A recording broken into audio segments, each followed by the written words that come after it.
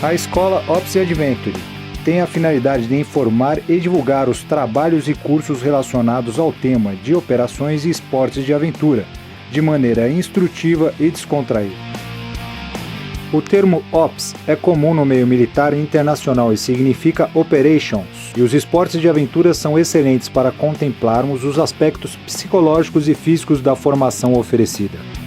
Operação nada mais é do que uma execução metódica, é o ato de operar, uma combinação sistemática. O termo aventura vem do latim ad venturi, significa literalmente o que vem pela frente. A escola Ops Adventure desenvolve cursos e treinamentos diversos que se harmonizam com o tema de operações e esporte de aventura. Essencialmente cursos operacionais, preparatórios para concursos, atividades de aventura e esportes radicais, que no geral vieram de uma iniciativa militar. Atendemos operadores de segurança pública e civis interessados em trazer para a sua vida nosso padrão e direcionamento para o sucesso de seus projetos. Ops é mais que um conceito, é um modo de vida. Para nós não existe missão mal sucedida, e sim mal planejada. Encontre o seu objetivo e planeje conosco a sua vitória. Boa noite, pessoal. Nós estamos aqui para apresentar mais um programa da escola Ops Adventure. Eu sei que é assim que as pessoas costumam me ver e me conheceram aí na atividade operacional, mas hoje, na condição de professor, nós vamos falar de uma modalidade esportiva, conhecida como Airsoft. O Airsoft surgiu na década de 70 no Japão e hoje é muito disseminado no mundo inteiro. É uma modalidade nova no Brasil, mas que está ganhando espaço, e essas armas, que são muito próximas do real, elas devem ser tratadas como equipamento bélico. Tem toda uma legislação, tem toda uma conduta que deve ser tratada para desenvolver esse tipo de esporte, e você vai conhecer tudo isso no programa de hoje, aqui com a Ops Adventure, ok? Então, todo cuidado, sempre para qualquer atividade, segurança em primeiro lugar. Para a Ops Adventure é uma prioridade, sempre.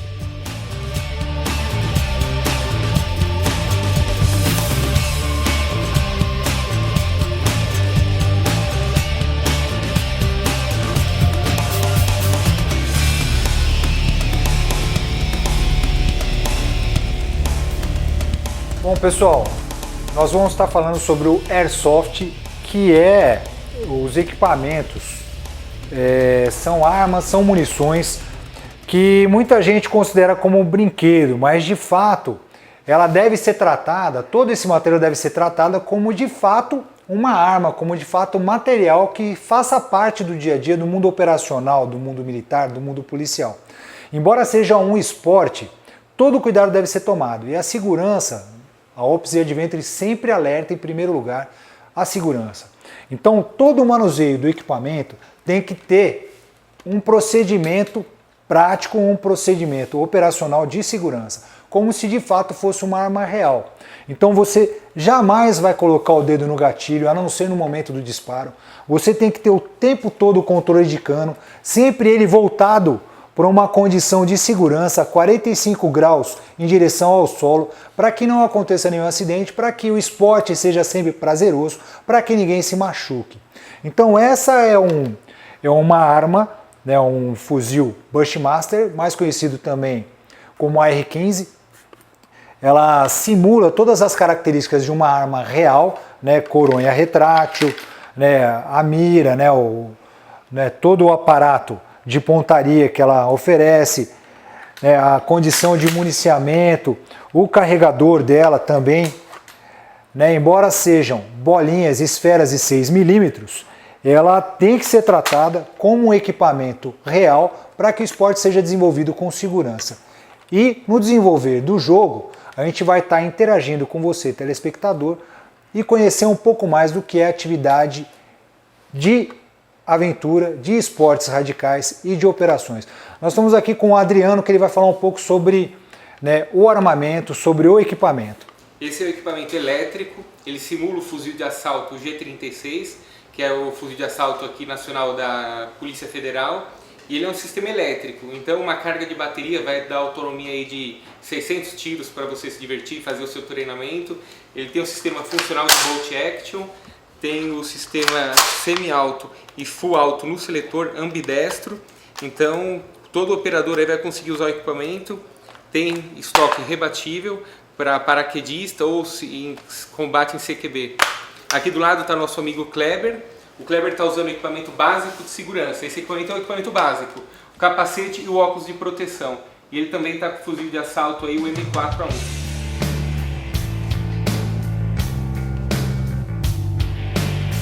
Perceba que todo equipamento de treinamento, todo equipamento de airsoft, da atividade esportiva, obrigatoriamente tem que ter a ponta laranja. Essa ponta caracteriza como um instrumento esportivo e não uma arma ou um simulacro, porque elas de fato se apresentam muito próxima da realidade. E se isso, como você vai ver a seguir no programa, for caracterizado como um simulacro, uma arma que possa confundir, né, entre a real e um equipamento esportivo, você pode responder penalmente por isso. E nós podemos nos reportar a diversas fases, diversas simulações, desde Falcão Negro em Perigo, que nós, né, já tivemos, né, uma operação nesse sentido, até há tempos atrás. Você deve lembrar desse pessoal que usava a famosa lata de goiabada. Você já ouviu falar? Sabe o que é lata de goiabada no mundo operacional? Pois é, nós vamos apresentar aqui. Al Capone gostava muito desse tipo de material, né? Então, veja como que é o funcionamento. E naquela época, o pessoal já retrata as armas com toda a fidelidade, como se na ocasião era usada, não é isso mesmo, Adriano? Sim. Então mostra o funcionamento para que o pessoal conheça. Essa arma também é elétrica, ela tem sistema Bolt Action, que simula a ejeção da cápsula, da ação do ferrolho. Então ela tem ação semi-alto e o full alto. Aqui, ó, deixa eu mostrar para vocês a troca de ação. Então o pessoal aí se diverte, é legal. Então, Adriano, eu queria que você esclarecesse para o público a diferença entre o sistema de funcionamento das armas de airsoft. Nós sabemos que tem aquelas que são elétricas e nós temos aquelas que são a gás, né? Inclusive com relação à portabilidade, ao CR, parece que uma exige, outra não exige. Gostaria que você esclarecesse ao público como funciona essa questão, né, legal e da atividade em si, por favor. No Airsoft temos 3 tipos de equipamento. O Spring, mais conhecido como ação de ferrolho. Cada tiro que você disparar na sua arma, você vai ter que puxar o ferrolho novamente, e depois atira e puxa o ferrolho novamente. Nesse sistema, ela é feita manual.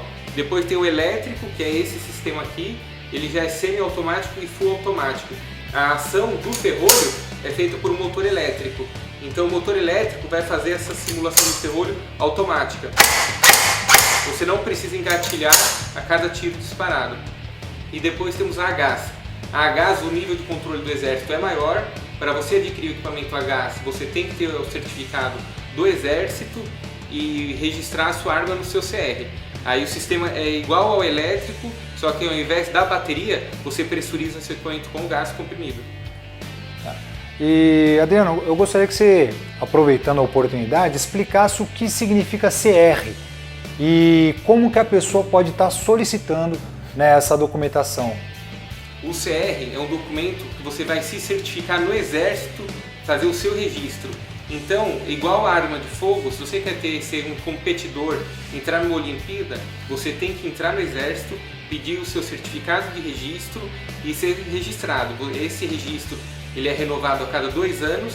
No próprio portal do Exército, no site do Exército, você vai encontrar o passo a passo, como funciona a burocracia, os documentos que tem que apresentar. Entra no portal do Exército Brasileiro. É isso aí, mais uma vez obrigado pela presença de vocês. Entre em contato com a gente, com a nossa Escola Ops Adventure, ou no site denisferrão.com.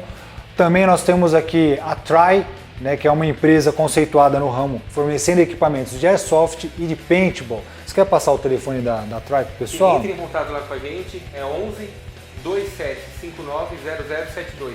Entre em contato, vamos estar aí para te ajudar, esclarecer dúvida e marcar jogos aí com nossos parceiros. É isso aí. Muito obrigado, grande abraço a todos.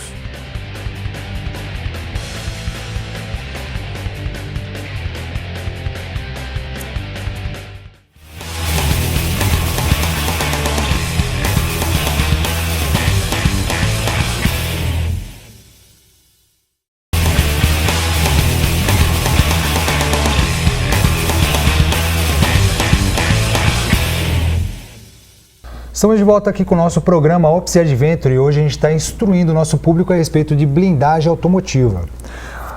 Adão, a gente estava conversando agora há pouco com relação ao peso que é auferido a mais, né, no veículo. Ele ganha um peso razoável hoje. Com a evolução dos materiais, é lógico, ficou muito mais tranquilo. Você passou que aumenta cerca de 120, 130 quilos sobre o valor, né, sobre o peso bruto adquirido original, né, do veículo. O que equivale a um passageiro depois de uma feijoada de sábado, né? Então, um passageiro a mais que você está carregando aí, né, dentro, então não é um absurdo. Agora, os antigos, acho que usavam um material, né, usavam mais aço, é isso? Isso, mais então, aço. Por isso que é tão pesado. Eu vejo, às vezes, as pessoas não conseguem mal abrir a porta. A própria né? espessura de vidro, aço, a aplicação dos materiais, aonde se blindava. Então, assim, a evolução dos materiais foi essencial para aliviar em peso. A própria compactação dos materiais, porque hoje você tem vidros mais finos e mais leves. Com a mesma, por mais que você tenha um vidro de 21 milímetros, de marca para marca já varia preço. Legal. Preço não, peso. Peso. Denis, as pessoas perguntam, Adão, na questão do peso, para mim sentir a diferença, o que eu falo?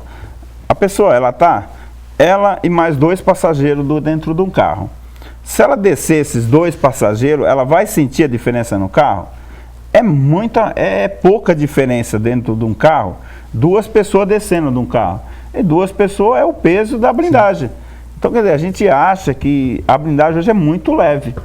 Nessa questão, a gente dá o exemplo de 2 pessoas dentro de um carro. Certo. E a gente vê também o pessoal comentar com relação à preparação da suspensão, se tem que ser uma suspensão diferenciada, se tem que ser preparada para suportar um peso maior do carro. Hoje, com essa otimização dos materiais, então isso é desnecessário, né? Lógico que você andar com o carro carregado, num ambiente esburacado, nas nossas, né, ótimas pistas aqui de Santo André, eu acredito que não há de trazer tanto problema, né, irmão? Mas, de qualquer forma, passa pra gente, como que é essa configuração?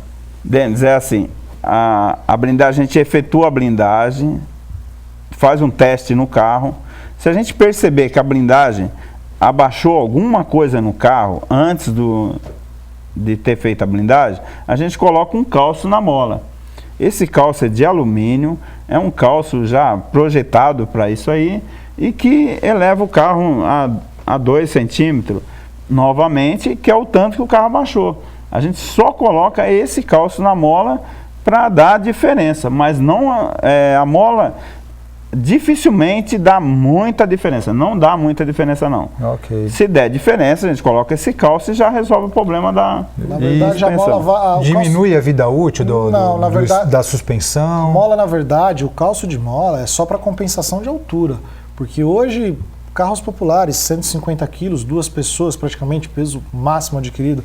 Então, assim, que carro hoje não suporta 150 quilos? Sim. Qualquer carro, 5, 6 ocupantes, vai muito mais que isso. Então, assim, é mais por elevação do efeito estético do carro para não ficar no nível normal. Então, é só elevação de suspensão sem problema nenhum. Bacana. Mais estético. E vamos falar sobre um ponto também que muita gente tem dúvida com relação à documentação, porque eu vejo algumas pessoas exigirem essa mudança no documento e outros eu vejo que tentam fazer uma blindagem sem que mude no documento. Mas a gente sabe que todo material que é utilizado é fiscalizado, né? É fiscalizado, né? É controlado pelo Exército. Queria que você passasse o que é e o porquê. Por que certas pessoas não querem constar no documento? Isso existe, não existe? Como funciona? Denis, é assim, você faz uma blindagem, você tem que fazer numa blindadora que ela tenha o CR. O CR que é controlado pelo Exército. CR significa? Certificado de registro. Certificado de registro. Na verdade, o processo de blindagem, eu não posso simplesmente pegar um carro e blindar. Antes de tudo, eu tenho que pedir documentos do cliente para provar que é uma pessoa idônea, pedir uma autorização para o Exército, especificando os materiais que eu vou utilizar na blindagem, nível de blindagem especificado, e eu tenho um documentista que se encarrega de, por exemplo, um documento do fórum, que é uma certidão de distribuição civil, que isso é um documento que prova que a pessoa não tem nenhum problema com a justiça, que é um cidadão de bem. Porque para você viabilizar a blindagem, o próprio Exército exige uma série de documentos, tanto da pessoa quanto do carro, correto? É tanto isso? Do carro, tanto do cliente, do carro, da blindadora os materiais aplicados e cada material com o seu respectivo responsável com o RETEX.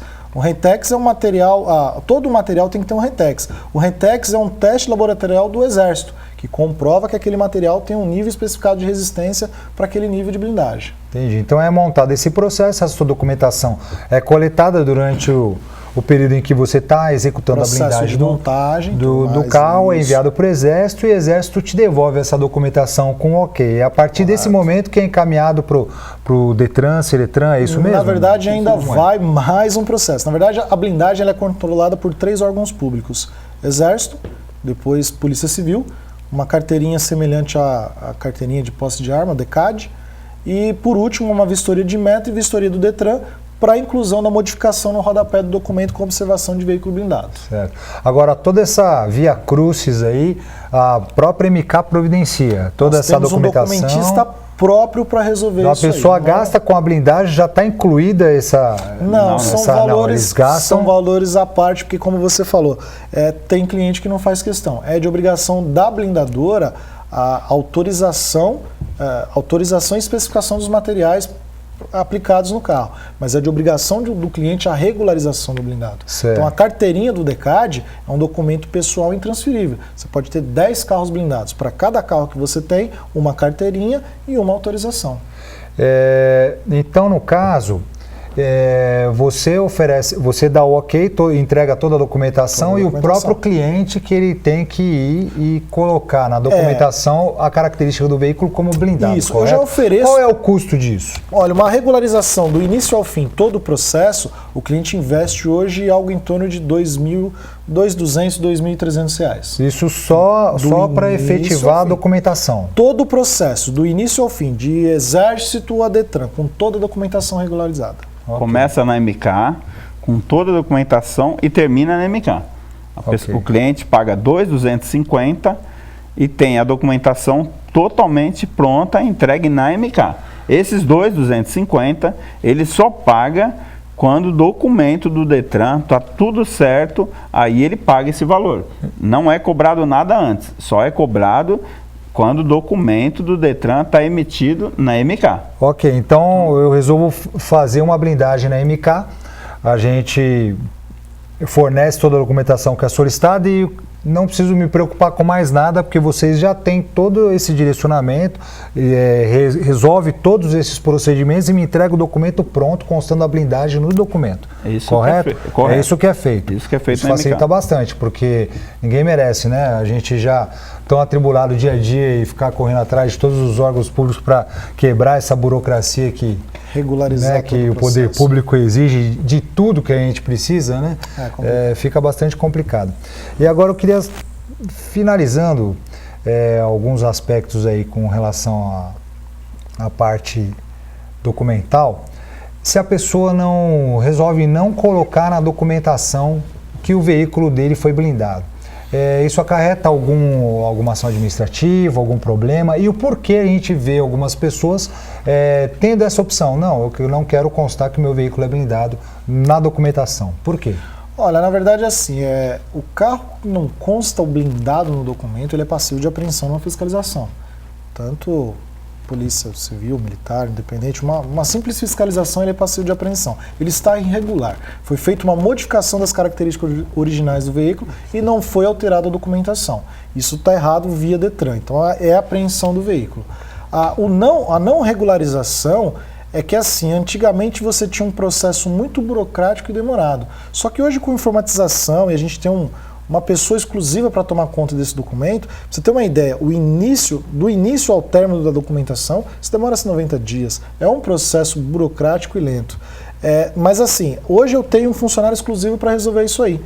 O não fazer é mais por questão financeira, porque envolve custos a cada etapa do processo. Cada etapa do processo. Cada etapa do processo. Não tem jeito. Mas também tem um gasto, mas a gente pode até fazer um jogo de palavras que não há preço que resolva a nossa segurança, né? Então, sempre é um dinheiro bem gasto e é essencial porque hoje, por conta de você economizar numa coisa ou noutra, você acaba tomando um tiro, ficando paraplégico, né? Ou Segurança não tem preço. Infelizmente, a gente tem visto aí bastante situação envolvendo disparos sem qualquer razão, e é tudo que a gente tem que se preocupar hoje em dia, é a nossa segurança e a segurança de nossa família, né?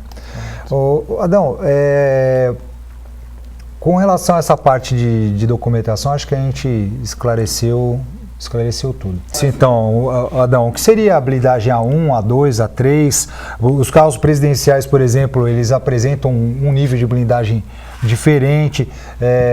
Explica como que é essa graduação. Inclusive, tem essas películas que são películas anti-vandalismo, né? Que no primeiro momento até surgiu como uma solução, né, mais em conta, como se fosse uma semi-blindagem, né, mas ninguém quis atestar a segurança efetiva de disparos de arma de fogo nessa película anti-vandalismo, né, mas por vezes segura sim certo calibre num eventual disparo. O que você pode passar para a gente sobre isso? Denis, a blindagem, eu acho assim, você vai trabalhar com a blindagem, a gente só trabalha com nível 3A. 3A. Por quê?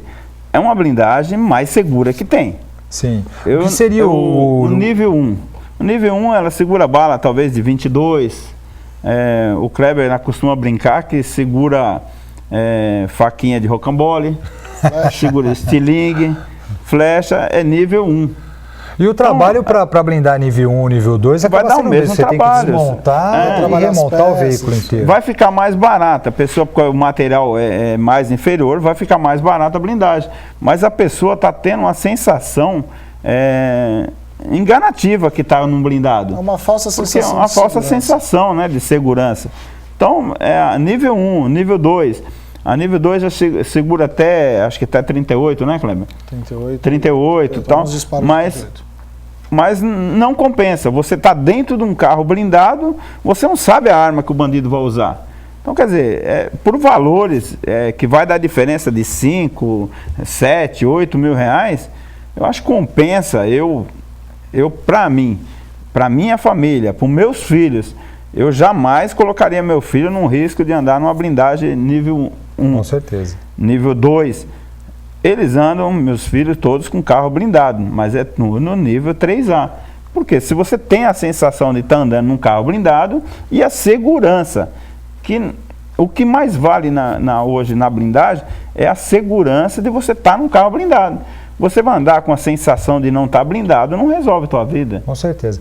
E para a gente finalizar, também a gente não pode deixar de apontar que a prevenção sempre é o melhor remédio em todos os aspectos que envolvem segurança. Porque o que acontece? Não adianta nada, a gente estava conversando agora há pouco com um colega aqui que ele tinha um carro blindado, mas esqueceu de trancar a porta. Então o que adianta? O cara bateu no vidro o relógio e ele tranquilamente ali, na dele, esperando o farol abrir para que ele pudesse ir embora, o cara abriu a porta e conseguiu roubá-lo mesmo com o carro blindado. Então, assim, o evitar, quando você vai entrar na garagem de casa, de você embicar, de forma que você não consiga se desvencilhar, porque um veículo blindado, um vidro ele é X vezes mais seguro do que um vidro normal. Sim. Ou seja, procura-se evitar de que os disparos sejam dados no mesmo ponto, então você não vai ficar ali parado com o seu veículo esperando a pessoa te alvejar, né? Então você tem que se desvencilhar daquela ameaça e parar no local mais seguro para receber o atendimento da segurança pública, receber o apoio necessário naquele momento de crise, correto? Alguma coisa importante com relação a isso? Olha, na verdade, quando você tem um blindado, você tem que criar hábitos. O hábito de entrou dentro do carro, trava as portas, vou entrar no meu veículo, observar quem está à volta do meu veículo, vou descer do veículo, vou parar o carro, quem está à volta, porque enquanto você está no blindado, você está seguro. O grande problema é quando você entra e sai do blindado, as pessoas que estão à sua volta. Então, atenção redobrada. O fato de estar no trânsito e tudo mais, o próprio Inmetro atesta 5 tiros na mesma posição, tranquilamente resiste. Mas assim, você não vai ficar parado esperando para ver até quando a sua blindagem resiste. Então assim, sempre que puder manter uma distância do carro da frente, parar o carro, evitar deixar o carro parado na rua também.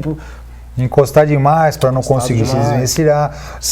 É a direção defensiva que em alguns cursos que a gente passa na Office Adventure, a gente passa esse tipo de orientação e treinamento.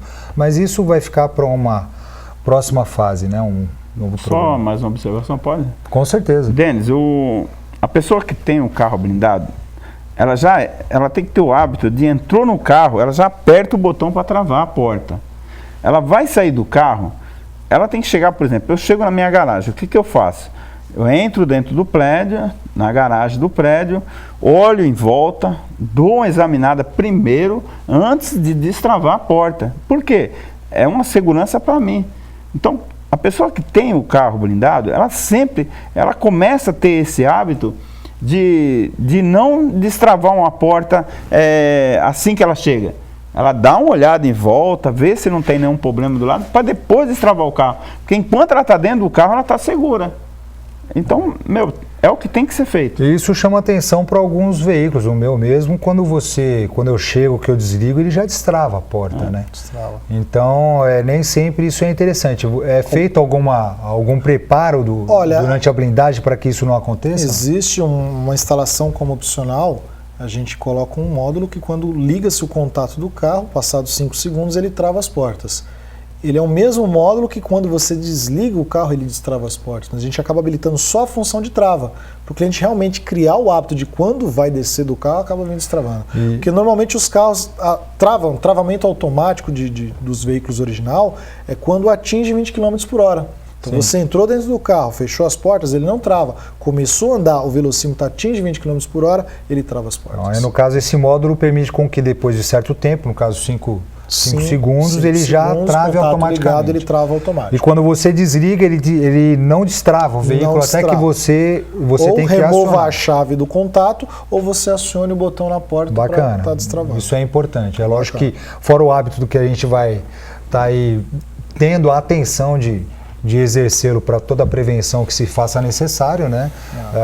Esse módulo é bastante interessante. Bem interessante. Bom, eu acho que esgotamos o assunto com relação à blindagem. Tem mais alguma coisa que vocês achariam interessante passar, que o público desconhece? Mais alguma... Não, a próxima coloca uma câmera escondida, programa, eu fico na frente, eu travo. Deixa para um próximo programa aí, a gente fala mais Eu queria agradecer a presença de vocês aqui mais uma vez. Sempre é um prazer. As portas estarão abertas para outras oportunidades aí. Estaremos aqui. Quando o nosso stand de tiro, que está sendo feito em parceria com a MK Blindados, for inaugurado, o nosso clube de tiro vai se desenvolver dentro da própria blindadora, então você vai ter a oportunidade de desenvolver os cursos junto com a gente, junto com a equipe Ops Adventure, e testar os vidros, testar o material da própria blindadora, nessa parceria que nós estamos aí para longa data, se Deus quiser. Adão, mais uma vez, obrigado. Amigo, esteja sempre aí firme na sua especialização, que com certeza esclareceu bastante a dúvida do público aí, as dúvidas que eram tão mistificadas aí do mundo dos blindados, ok? Muito obrigado pela presença de todos, muito obrigado pela audiência, grande abraço, até o nosso próximo programa Ops Adventure.